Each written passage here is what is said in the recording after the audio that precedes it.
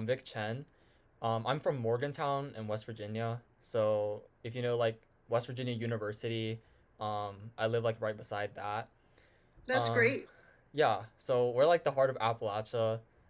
Like that's like our whole thing here is that we're like Appalachian. So I'm a senior at Morgantown High School. And me and my friend, um, we started this like editorial about being like Asian American and Appalachia because like we feel that like there's like a lot of Asian Americans in this area, but like we're never really talked about here. So we were interested in kind of like spotlighting the stories that are here. And I was actually on TikTok, like any other teenager is. So I was on TikTok one day and I actually saw you guys. Um, I think you guys were promoting like either like a show or like the album like from China to Appalachia or something, and I saw it and I was like, oh my gosh, this is so cool. Like these are two things like I never think would like go together, in terms of like music. So yeah, that's how I found you guys. But that's a little bit about me. No, that's great. I love Morgantown, and we play a lot of music, all of us, with a woman named Rachel Eddy, who's an Appalachian musician from Morgantown. She's a great fiddler, banjo player, guitar player, singer. Grew up there and now lives in Alexandria, Virginia. But um, it's Morgantown is a great place. I'll get started. So now I'll put it to you guys. So like where did you guys grow up? So like what's your experience like growing up in Appalachia, or like did you move here? I'm kind of curious about that. I'll start. I grew up in Baltimore, Maryland, and I would say that a little bit of old time music and definitely a lot of bluegrass music was prominent in Baltimore, except not where I grew up. So I didn't even hear this music until 1972 when I moved to Montreal, Canada. And that's where I first heard a banjo. It's where I first heard Piedmont blues guitar, all different kinds of things. But eventually I fell in love with it. I immersed myself in it. I moved back to the US in 1979 and immediately started spending a lot of time in various different places in Appalachia and quite a bit of it in West Virginia. 1980, I became the first woman to win the West Virginia State Banjo Contest in Glenville, West Virginia. And Been I there. won that contest a couple of times, took some fiddle ribbons there, did lots of performing and school performances there. And literally for the last 45 years, one of the things I've musically done is immersed myself into the music of Appalachia. I am speaking to you right now from Lansing, North Carolina, in the heart of the Smoky Mountains. And all of my connections here have happened through my work in music. Wow. So I'm not born and bred in Appalachia. I'll say that up front. I've imbibed it. Ciao. Okay, my turn. So I come from Beijing, China, and I moved to the States 10 years ago. Um, then I believe the second year that I moved to here, I got a chance to, um, I got selected into an artist in residence program at Strathmore Music Center, North Bethesda, Maryland, where I met with Cathy and Marcy, and also where I started to improvise music uh, to know about folk music in the U.S. Cathy and Marcy, they are two iconic musicians to me who brought me into this Appalachian music scenario. And everything, every knowledge that I learned about this genre, this kind of music, this type of playing style, were from her and Marcy. So I just say I'm pretty new to this genre, to this style. I'm getting better, right, Cathy? Oh, and absolutely. right, and there are so many things for me to learn in the future. And also, I felt immediately fall in love with this kind of music, old time music, bluegrass music, country, a little bit swing, and varieties of music styles of from Appalachian region because sometimes I feel like they have a lot of commonalities between my music from China, like Chinese folk music, traditional music, and the music here. So I'm still, as a um, outsider of this music, I'm still, eager to dig deeper. And while Chao's, you know, calling herself an outsider to the music, I think it didn't take us long in our jam sessions to realize that there were all these commonalities between certain Appalachian tunes that were in the repertoire of Cathy Fink and Marcy Marxer, and a very big common, what I'm going to call social music repertoire of Appalachian music, because so much of the music that we do is getting together with other people who play fiddle and banjo and guitar or hammered dulcimer or mountain dulcimer, and we have a common repertoire of tunes. We may have different twists to those tunes, but we get together as much for social purposes and the joy of making that music together. I think that's something that was kind of new to Chao, having grown up in a Chinese classical and Western classical background. Yes, you're going to have joy from playing the music, but it's very different than saying, hey, bring your pot of beans and something to drink, and we're going to have a potluck, and we're going to hang out and play some tunes. You'll learn some new ones, and we'll play some stuff that you know.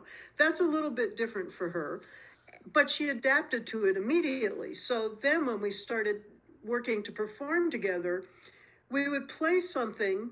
Marcy and I might, just play a couple of old time fiddle tunes, and every once in a while Chao would say, wait a minute, there's a Chinese tune that sounds a lot like that.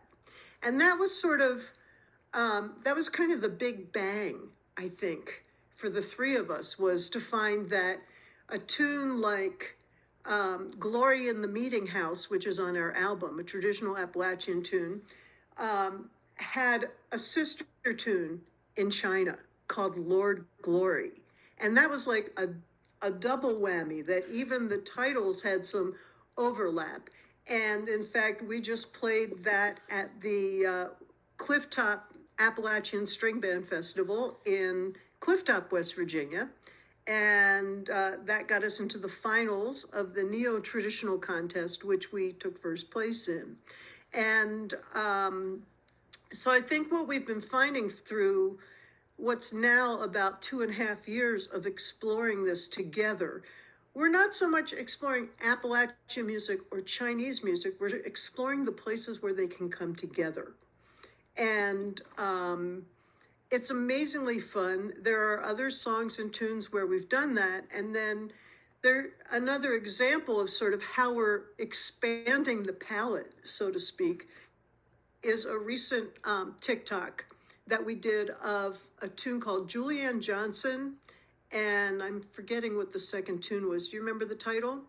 Lexington.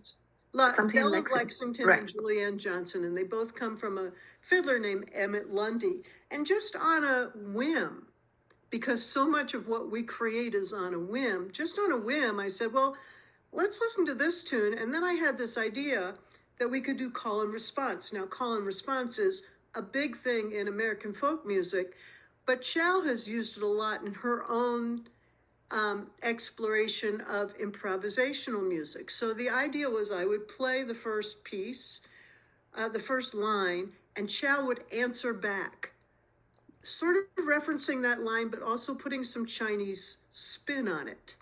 And we went back and forth that way. Marcy went back and forth that way. And then we kind of did that together, and it kind of took off. It's close to 6 million views. And that's just the sort of creative spirit in us, trying to see what we can put together that works and that resonates, and when we play that again, it'll never be the same way twice. We're all improvising the whole time, but we're improvising under a certain structure, which is those specific Appalachian tunes. Wow, thank you for those answers. You guys actually like partially answer some of my other questions. But I will say, Chao, like I moved to West Virginia when I was 5 or 6. So I grew up in China, and like I lived with my grandparents, so I wasn't listening to too much like Chinese pop music. My household was also a lot of like folk music, like Chinese folk music. So I think that I definitely like even when I was little, like I could see like the similarities between Chinese folk music and like Appalachian music. So I think it was really cool of you to mention that because I thought about that before as well. Um so you guys actually helped answer two of these questions, but I will just go into I'll just start with my first one. So um Cathy, you talked about socializing over music. What do you think it is about the art of music that like helps people come together? Oh, I think there's a lot of things about it that help people come together. In the old time music scene, old time Appalachian, and sim and other kinds of old time music, because there's old time music that is not specifically Appalachian. I think there's a lot of room for improvisation. There's a lot of room for what I'm going to call collaboration. And um, I think that it's just plain fun. It's just plain fun. I've got a date set up 2 days from now. We have a friend who's a great Appalachian dulcimer player, Sarah Kate Morgan, and she's performing an hour from here in Boone, North Carolina. And we've got some friends from Winston-Salem, which is an hour and a half from there. And I called them up and I said, meet us at the Jones house at 2:30 and we'll have 2.5 hours of jamming before Sarah Kate plays. And some other friends are joining us. It's an opportunity to get together, to say hi, to get caught up. It's an opportunity to do something very uplifting. Playing music can be very uplifting. There are times when it's designed to do something else. But in this case, these are square dance tunes, they're fiddle tunes, they all have their own story, they all have their own history. And when we come together and make that music together, I think it strengthens our friendships. And I think it's one of the things that happens when Chao comes into that fold is now we've broadened that friendship beyond Appalachia to bringing in other kinds of music that are still a fit, and somebody who has a whole different batch of experiences who can bring something else to the table. Chao, do you want to add anything to that? Yeah. So to me, I think the perspectives that you see differences is really matter. Like if we focus on cultural differences really can divide us into A, B, C, D things. But if we pay more attention to the commonalities, the cultural elements that we share together, I think we're all the same, right? Last year, I participated in annual conference of the Appalachian Studies Association in Tennessee. I think it was an incredible experience, opening my eyes to the richness of Appalachian studies. The first time I encountered specific expressions such as Appalachian Asian, Japalachian, that means Japanese Appalachian, and Hispanic Appalachian, which reflected the diversity within the region.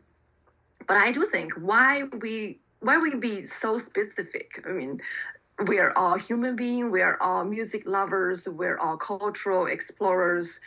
We're same. We're really using the similar musical language to talk to each other in a jam session. I mean, a Chinese dulcimer player like me, or a erhu player, or a guzheng player can easily jump into the jam session, play some tunes, and talk with music. So that's my opinion about how we get together. I mean, it's really we're the same. Yeah, in some level. Yeah, I love that so much. I agree. Like, I think music is like a universal language that we all kind of speak. And anyone can listen to music. So yeah, that's perfect. So, my next question though, I'll move into your guys' album, From China to Appalachia. The White Snake song is like my favorite. I listen to that one all the time. But um, can you guys kind of dive a little deeper into like what spurred this idea? I know you guys mentioned that you guys found the similarities between Chinese folk songs and Appalachian folk songs, but was there like a specific moment, like jam session, that helped you guys like come up with the idea to like, hey, we should make an album out of this? I think it was a process. First, we hung out. We were in some jam sessions. Because I worked with Chao for a year in the Artist in Residence program at Strathmore, where I'm an advisor and a mentor, we had spent a lot of time together. And she had performed a little bit with Marcy and myself, and sometimes another Appalachian musician named Sam Gleaves from Kentucky. And I think there was a big comfort level. And Sam being too far away to be part of what we were doing all the time, Marcy and Chao and I just decided, let's do a few concerts. Let's see how it feels. Let's see what repertoire we can put together, and let's take that show to Appalachia and see what the response is like. So our first really big concert was right here in Ashe County, North Carolina, which amongst other things is the home of one of my heroines and mentors, a woman named Ola Belle Reed, who wrote a very famous bluegrass song called High on a Mountain, and many other great songs. And Ola Belle was a National Heritage Fellowship Award winner. And I've created a relationship with the Ashe County Arts Council here. And I approached them and I said, would you like to have a concert with our band from China to Appalachia? And they said, sure. And we were, it'd be fair to say we were a little nervous. I mean, here we were in Appalachia, none of us being from Appalachia, merging these musics and all that kind of thing. But the response was phenomenal. And that sort of, I would call that concert a test. If that concert goes well, we've got something special. If the concert doesn't go well, we had an idea and it didn't happen. and people just loved it. And I think that inspired us to dig in deeper and deeper. And we're still doing that. We're still digging in deeper and deeper. I'd say part one, then, after a few more shows, we said, let's do an album. And we had gotten a grant from Mid-Atlantic Tours to tour the Mid-Atlantic states, many of them Appalachian states. So our grant included places in Virginia, places in West Virginia, places in North Carolina, places in, I don't know that the grant had anything in Tennessee, but we were dangerously close to Tennessee. And so we had a run of about 15 consecutive shows, including shows for kids and families and for, general audiences. And then we thought, let's go in the studio while we're a well-oiled machine. We've worked on this repertoire, we've tested it out, we've tweaked it, we've rehearsed it. Let's go in the studio right now.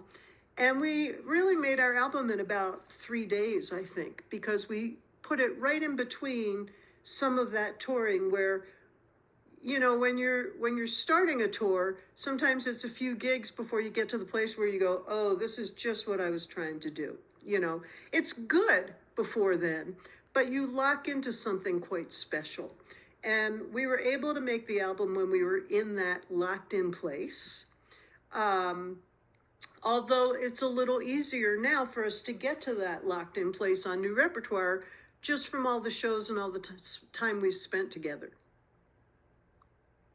And we were looking for balances on the album. We were looking for a balance of Appalachian music, of Chinese music, of things that featured the cello banjo, a mix of who's singing what pieces. We really,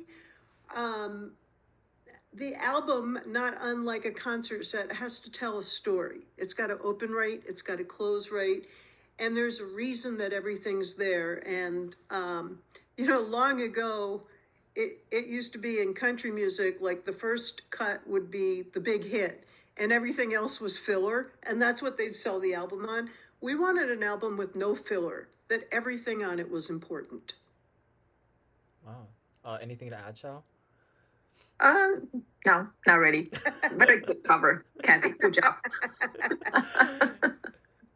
Yeah, I mean, I definitely think like I'm gonna Um, turn this. I definitely think every like whenever I listen to that album, like every song kind of feels like it has a purpose on there. Um, so yeah, I definitely think you guys made an album with no filler. So, but kind of going off of part of your response, like was the reaction like was the reception to this album like amazing everywhere? Like do you see like a growing interest for maybe some of like the subcultures that are within Appalachia, or like some of like the cultural like coalescence that happens like within the region? I think I feel like the reaction has been really great everywhere, and amongst other things, it's kind of um, helped us reach into new places. We're doing some world music festivals and global music festivals. We've played a lot of folk festivals. We went up to Canada over the summer and did the 50th anniversary of the Winnipeg Folk Festival. Now, interestingly, I played the first Winnipeg Folk Festival. I turned 21 at the first Winnipeg Folk Festival. And through my friendships there, I lived there for a few years and taught banjo to a handful of people who have in turn taught banjo to more people. And in fact, one of those friends, my friend Daniel Kulak, taught Allison DeGroot how to play banjo. Allison currently lives in Nashville, but she's originally Canadian, and she is one of this year's recipients of the Steve Martin Banjo Prize. So, you know, I think that what we're sort of proving is you don't have to full-time live in Appalachia to appreciate and love the music and be able to play it, and not to take anything away from Appalachian natives, at the same time sort of recognizing that this music is so strong that there are people everywhere who want to play it. Mm-hmm. And then when they hear Chao with us, they're like, oh my gosh, you can do something completely different with that. And that's the reaction that we are getting in a lot of places, as well as, Chao, why don't you talk about what happens when we play for Chinese audiences or when Chinese people show up even in Appalachia? Okay, so you probably already know we put some folk songs, Chinese folk songs, into our repertoires, like 91, Yeah, no, that very famous one, and a song called 3 points of disciplines and 8 points of attentions. That's a very famous classic song from the revolutionary period of China. So a lot of Chinese audiences here, they actually, like, the immigrant from mainland China, they know those songs when they were young, or like me, I grew up with those tunes, even though that's not my my. I mean, I was not that old to hear that song at very beginning, but my parents sung those tunes to me when I was very young. So every time when we play it, the melody ring immediately brought those audiences good memories or some kind of homeland memories. So they were moved and very delightful, talk to us, see, I know this tune. This is totally surprised that you guys play together this tune. Are you kidding me? This is such an amazing thing happened. So also for me, Cathy and Marcy, they sung in Chinese on 91, that tune. It's not easy. I mean, first, the melody is a little bit, up and down, and the pronunciation of Chinese language is quite challenged to a beginner. So they from beginning to they can sing it, and now they know the rhyme. It's really good. They're getting better and better. In this summer, my mom was here visiting me, and after several concerts, she heard Cathy and Marcy sing 91. She literally said, they're getting better and better. I mean, everything is so together now. So I guess every efforts that they put into the repertoires, the Chinese repertoires, was also a gift to the audience to show them they are trying to bring their attention to the Chinese culture, and they love this culture so much. And they sing in Chinese. It's really a beautiful thing happen on the stage every time. And it's sort of, one interesting thing is that at the beginning of our touring, everybody was still very conscientious about COVID. And we were very clear about some of the unfortunate COVID messaging that was out there regarding, people saying things that were completely wrong about this is the Chinese disease, or, there was a lot of negative Asian talk. And so I felt like our performance was an opportunity to put real faces to real friends who play real music together, where the country that we're from is not the most important thing. The fact that we're human is the most important thing. And that's its own batch of messages. Even as we speak, our governments are not doing a great job in talking to each other. And I feel like with music, we can rise above that to show the humanity and not all of the junk underneath, because it's really the humanity that's the most important. And I think, there's a message when Chao works towards learning this music that we've been immersed in all our lives, and when we work towards learning this music that she's been immersed in all of her life, it's a different level in your heart than watching countries try to rip each other apart with tariffs and, politics. Yeah, so definitely, I mean, thank you so much for those responses. You know, like when I was listening to 91, like that's definitely something that my grandparents would play. When I used to live in China, I'm from Fuzhou, by the way. Sorry, I forgot I didn't mention, but I'm from Fuzhou. But yeah, that's something like my grandparents would play. So, hearing it, I didn't know what it was called, but I recognized the melody. So, it's about music, has a way of always like kind of sticking in our heads. And also, Kathy, you and Marcy, right? You and Marcy, singing in Chinese. I thought you guys did a fantastic job, especially for like being beginners. Like I thought you guys had great pronunciation and everything. So I think the effort that you made to do that is something that, I admire. Okay. So this is for Chow specifically. But I want to know, like, when you came here to Appalachia, like what was, and I know you've already touched on this, but can you kind of just go more in depth in like what was your experience like, first coming, and then what really drew you to this place? Like, what makes you go to these festivals with like Japalasians and all these other like different groups? Like what draws you to this place? Um, so I live in Maryland actually. I Mm-hmm. I don't know if it accounts into Appalachian region. Maybe Close enough. not, right? Sort of, but yeah.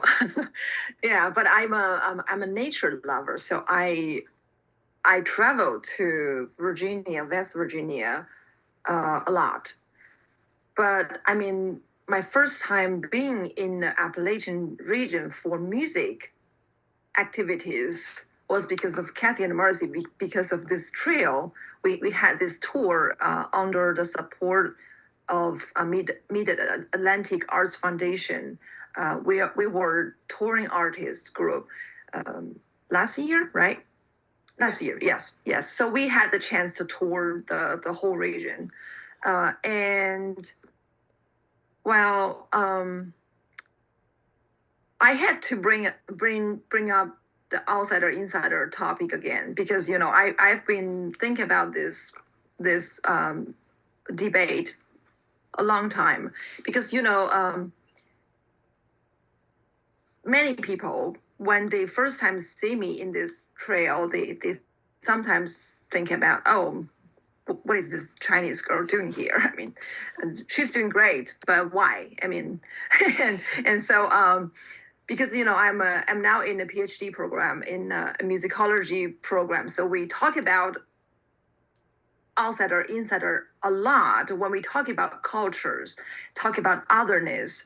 So my first experience, I had no idea about am I outsider, am I an insider, until I went to Wintergrass Music Fest a year ago, maybe 2 years ago. So that was my first American folk music experience. And at that fest, I noticed, wow, so this is really a genre. This is really a thing that people, so many people are working in this music industry, and the genre has so many players get involved in and playing old time music, bluegrass music. So then I started to think about, what am I doing here? Should I become one of them?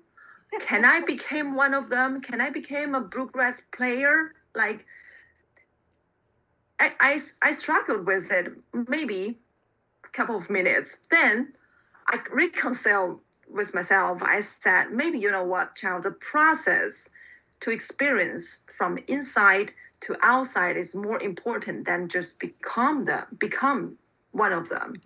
So I'd say the process is really matters, and this is what the band we are really working on to foster a creativity and dialogue within another culture, not just not to change it, not to become it, but own your experience and create the dialogue equally. Right. That was perfect. No, that was because that was fantastic. But Cathy, go ahead. well, none of us are trying to be something that we aren't. And in a slightly similar way to what Chao's talking about, I learned banjo originally from a guy in Calgary, Alberta. I listened to Appalachian banjo playing all the time. I wore out LPs. I made my trips to visit and study at the feet of many people, but I'm myself. I'm not trying to play like someone else. I'm not trying to be someone else. I know where my influences come from. And, all three of us, we're not trying to be something else. What we're trying to do is be our best selves, influenced by music that we love, and then bring it together in the same circle and see what we can do with it all together. Yeah, I love that intersectionality of like, you like but like similar to something Chow said earlier, like labeling ourselves isn't, doing that good for any of us. It's more about, the intersectionality of all of these different identities, how we bring them out, and you guys do it through music. And I think you guys do that so well. So I love that. Um, this meeting only has about 4 minutes left, so I'm gonna go ahead and end it. We'll just rejoin. I have one more question, and then that's it. So I'll go ahead and end this one. So give me Okay. 1 second.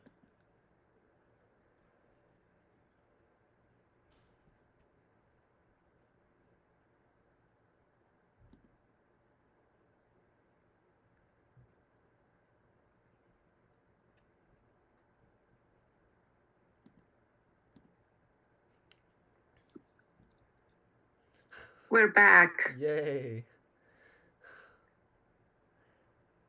Where's Cathy? We'll just wait for her. So did you study in Beijing? Like Yeah, I got my bachelor and master degree in Beijing. Then I worked for several years. Then moved to the States. There's a over 10 years gap. So now I'm back to school for the PhD program. Oh, I see. Okay. Mm. Wait, so what school are you Yeah. studying at for your PhD? I know you said it's in Maryland, right? No, I study in Boston Oh. Boston University. Oh, okay. So I commute weekly. Oh, wait, so do you live in like I live in Maryland. so you commute to Boston weekly? Right. Oh, wow, that's a far drive. I, I feel like. I take flights. Yeah. Jet setter. Wow. Um, yeah, I was just asking Chao, like, did she study in Beijing, and like, yeah, what's it like for her now? But so my last question is you guys are talking a lot today about how there's a lot of people that resonate with your music.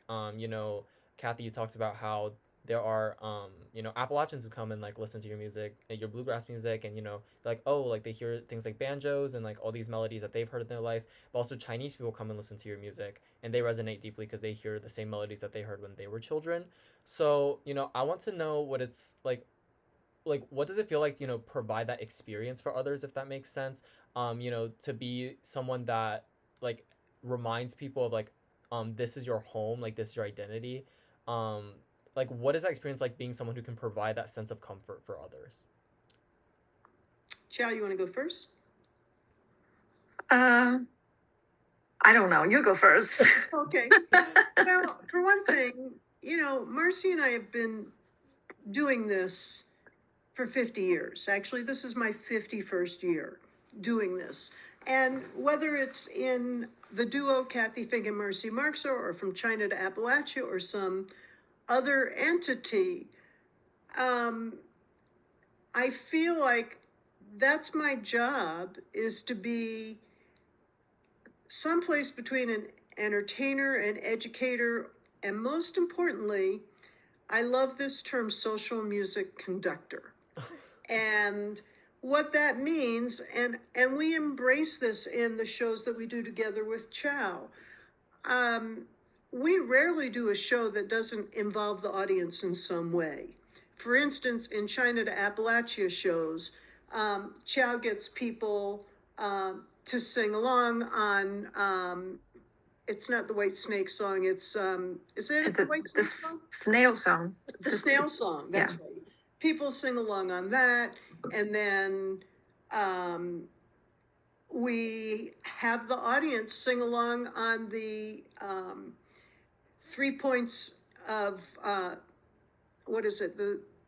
I always get 3 points of discipline and 8 points of attention. I always want to say it backwards, the 3 points of attention. Yeah, and that's 8 what I was points thinking of discipline. So I've clearly not got enough discipline going on this piece yet. But the audience sings along, and there's a big discussion that goes with that song. It comes from a background that a lot of people look down on, but when you look at the actual words in this song, it's all about humanity. And then we've got a song like Hold Each Other Up, which I wrote, and the whole audience sings on that. And Chao steps into another role, making the Chinese dulcimer sound like a honky-tonk piano. I feel like, I feel like our job as artists is to bring people together, to make them think, to get them to sing together. It's not always our job to create a comfort zone. Sometimes as an artist, it's your job to create a discomfort zone, which leads to thinking. It's not the centerpiece of what we do as a trio, but I think that part of what we gain as a trio is the 50 years of experience Marcy and I have in front of audiences. And for the first many years of Chao's performance experience, it was in a more sort of formal classical kind of environment where you're not interacting with the audience. You're on stage, you do your thing, they're out in the audience.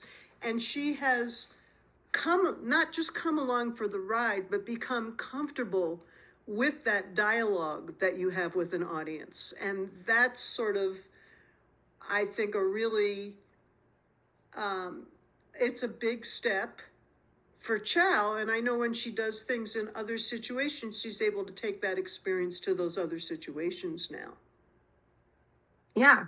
I like all those talking moments on the stage, and sometimes you give the audience your music, you entertain them with music, but they also send back to you some energies.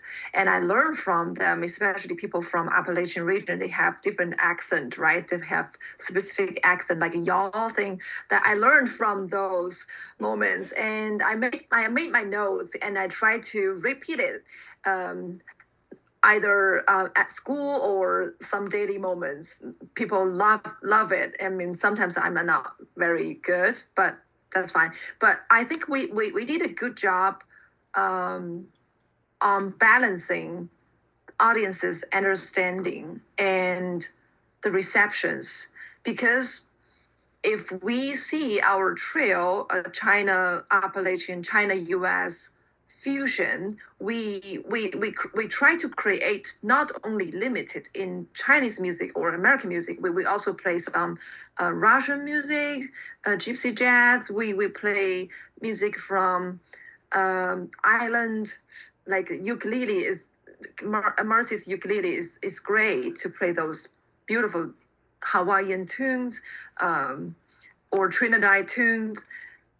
And we try to balance the understanding of audiences to let them know they can hear their native musical language, but they can also understand those musical accents, like my Chinese accents, some accents that we learn from the other culture, but we're not like 100% playing that style, but we tried to balance the receptions so to give them the final work can make sense to them.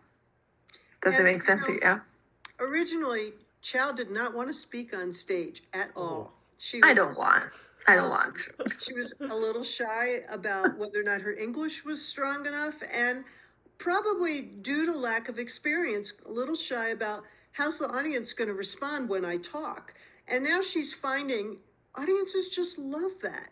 And it opens all of our sort of conversations a lot bigger when Chao can tell her own story instead of me tell her story for her. And I think we all are the best at telling our own stories and at helping people connect to our music. So that's been, I think, a big leap. And as Chao indicated, we're all targeting our weaknesses to bring them up within the context of this group and continuing to juggle where the sense of equity is so that there's a very equal representation at the same time. Wow. So thank you guys. Chao, like you not liking to speak on stage because you don't think your English is good enough. That's definitely something I'm familiar with. Like, everyone in my family, who immigrated here, especially like my parents, or like my aunties or my uncles, they're all the same way. Like they feel timid when they have to speak it. But I think it is so powerful for you though to use like your words in English, to speak on stage and to create those moments. So thank you guys. I actually have one more question. I'm just curious. But what's your guys' favorite? Like, what's both of your favorite songs like off from China to Appalachia? Oh my goodness. My favorite is Hold Each Other Up. I love that one too. Yeah. Do I have a favorite? I don't know that I really don't know that I have a favorite. I feel like the whole album is our baby. And I just can't separate it. Well, I think, Cathy, you like Yung Junyanko, right? I do love Yung Junyanko. And, there's an example of something. It's very, very, very hard to play on the 5-string banjo. Chao, she plays it and she's just, and it's, there you go. And I probably spent 3 days just getting my fingers around how does this work on clawhammer banjo. And the more we did it, the more freedom I had. And I think one of the things I love about it too is that it's wacky, it's wild, it's and it's one of those pieces that never comes out the same way twice. And I will tell you that we played it in Clifftop, West Virginia, in the finals of the neo-traditional contest, and people were kind of shocked at how wild it was, but still how much both Appalachian and Chinese influence was right in the middle. But yeah, that's all I have. Both great choices. I want to mention one more thing about when Chao speaks on stage. I actually many times encourage Chao to either repeat some of what I've said in Chinese or introduce some things in Chinese and then reintroduce them in English. And again, we kind of live in this country where English is not just like the first language, but it's the main language. And I just think the idea of hearing people speak in other languages is important. And there's a beauty to the sound of the Chinese that just adds to the palette of music that we're presenting. Yeah, I think for sure, in the songs where you guys do speak Chinese, and obviously the same way in English, like hold each other up and everything, but where you guys do speak Chinese, it is something that's like unique, that I wouldn't expect to hear, but also I'm like, I'm trying to think of the word. I'm like shocked, but like in a good way. Like I'm positively shocked whenever I hear, someone speak a language that I know that, I thought, not many people spoke around here, and to hear it in something, accompanied by something like banjo or other kinds of instruments that you wouldn't expect to hear with those words. There is something about that, I think, that feels like personalized almost, which I know it's not. But yeah, that's why I like love your guys' album so much. It really speaks to like an experience I thought, only I had before, but now I realize, there's like a huge community of people that share those same experiences, that live in the same place as me. Their parents are from the same places as me. So yeah. But I just want to say, like, Cathy, you and Marcy, you two are like such legends here in Appalachia. You guys have been touring for so long. You guys have been writing and playing music for so long. Um, and you guys are a legend in the Appalachian world, the bluegrass world, banjo. So, and you guys are Grammy winners. I saw that. I was reading that you two are Grammy winners. So, um, True. that's something that's absolutely wild to me. And then, Chao, I think you've added yourself to that too. You are like you're an inspiration to me, and I'm sure so many other people who have heard you and you touring with Cathy and Marcy, and creating, from China to Appalachia. So thank you both so much. It's really been an honor to interview both of you. So, and thank you so much for all your responses. Well, Vic, thank you for number one, suggesting the interview, being interested in it. And I love the fact that you have peers that are interested enough in having this conversation and that you're sharing the music with them. And they're lucky to have you as a friend. Thank you so much, Vic. Thank you. Thank you. I'm so flattered, guys. Thank you so much. You guys have a nice day.